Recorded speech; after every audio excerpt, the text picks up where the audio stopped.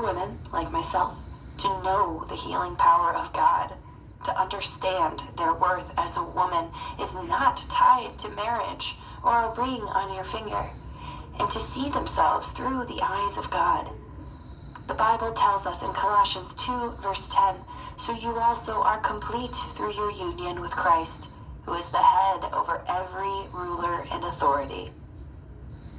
Develop an inner strength and faith, and know that you are more than someone's wife, girlfriend, mistress, or partner. You are a child of God and someone's daughter before you ever even knew about the terminology spouse or partner. Believe in you again and the power you possess as a woman. You are more valuable than you know. You are more than just your body and beauty. Eventually beauty fades, and our sexy bodies will get old. My grandmother and my grandfather were together right until the day he died. He never left her when she got old. Look for partners who value you for who you are, and not just how sexy or beautiful or attractive you may be at the moment. These attributes fade as time goes by. Think about things the people that you spend your time with can do to add value to your life. Accept the individual for who they are. Don't try to constantly change them into who you think they should be, or what version of them you have in your head. Recently, I heard my coworker say she told her husband, "Motherfucker, you knew how I was before we got married, and you still married me. I will not be changing who I am now for you, and if you don't like it, there's the door." Very boldly, I agree with her statement. Why should we change ourselves to please someone? I do what I enjoy to make myself happy. Women are educated about how we should do this and do that to please a man. In a lot of songs, they even emphasize it. Let me cater to you. In Genesis 2:18, the Bible states, "Then the Lord God said, it is not good that the man should be alone. I will make him a helper fit for him." I just want to focus on the Genesis 2:18, which claims that a woman was to be a suitable helper, NIV, or helper fit, ESV, for a man. Many argue that this verse is proof that women were created to be submissive to men. Now, I'm sure there's a spectrum for this. Some will argue that women need only submit to their husbands, although I don't see how that works, especially for a single woman. What in the world is a suitable helper? Why are we seen as helpers and not partners, especially if we're building a life together? For starters, the word help or helper implies something very different in Hebrew than it does in English. In English, helper most of the time suggests someone who is under a person in authority, like an assistant, for example. However, this is very different from the Hebrew, as help in this particular context comes from one who has power to give help. It refers to someone in a superior position offering help to a weaker person who cannot help him or herself. We have a lot of God-given attributes. We can cook, nurture the children, take care of the household, be bosses, entrepreneurs, college grads. Even if you're a stay-at-home mom, be mindful that that is no easy job or a walk in the park. Taking care of a household is very tedious and can be very draining. How in the world are we a mere suitable helper? It sounds to me like we are running shit. We do everything in the house for men and children to make them happy, but we kill ourselves and run ourselves into the ground there on these apps, sexting women and making plans to meet up and fuck. Totally unfair. Not in this day and age. Men need to be taught from early on to help with household chores, learn to cook a meal, learn to do the basics.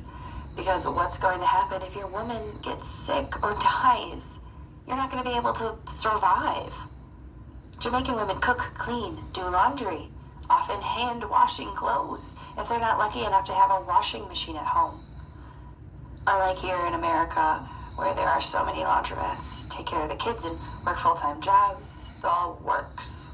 A lot of women who have kids have to do everything on their own, and if they have a man, they're still doing everything on their own, regardless. Some people even keep several backups on the back burner in case their main drops out. I have to give them credit for putting in contingencies in case something happens.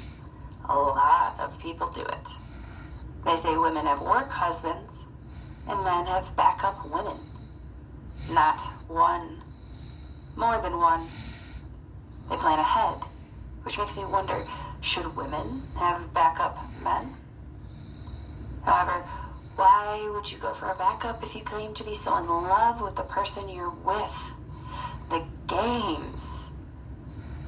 I just think that's the best way to go about things, as you'll be playing yourself in the long run. A lot of them want to live their present life like King Solomon, who had several wives and concubines.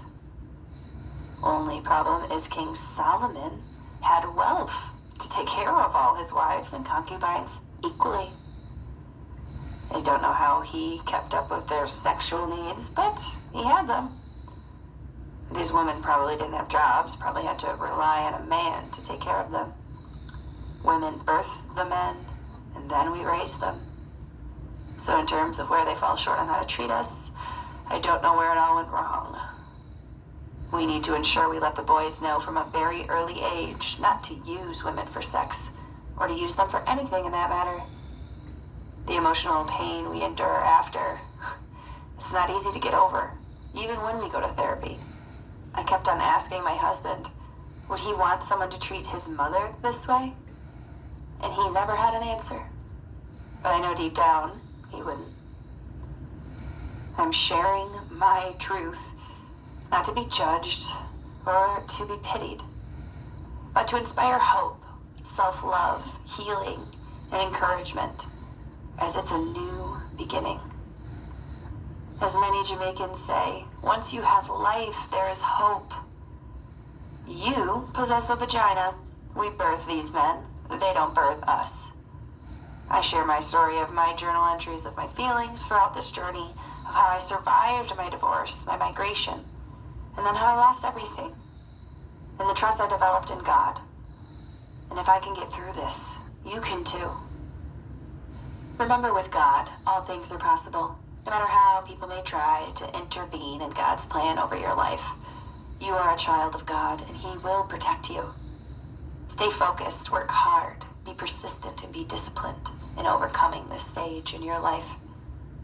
As my friend Carl Husband told me, discipline is the bridge between goals and accomplishments.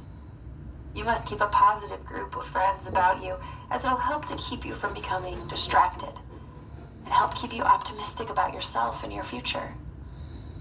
Proceeds from this book will go towards a worthy cause to help with the aid of eradicating period poverty, and it is a growing concern that many young women are facing, being unable to pay for sanitary napkins that they need, as we see our cycle every single month, while condoms are issued freely to help promote healthy sexual practices. We still have to purchase pads, which is a basic life necessity, every month. This is something I truly want to do, because when my husband decided to buy a one-way ticket to send me to Jamaica, I wasn't working. I had no money to pay for pads for myself. I prayed and asked God to help me purchase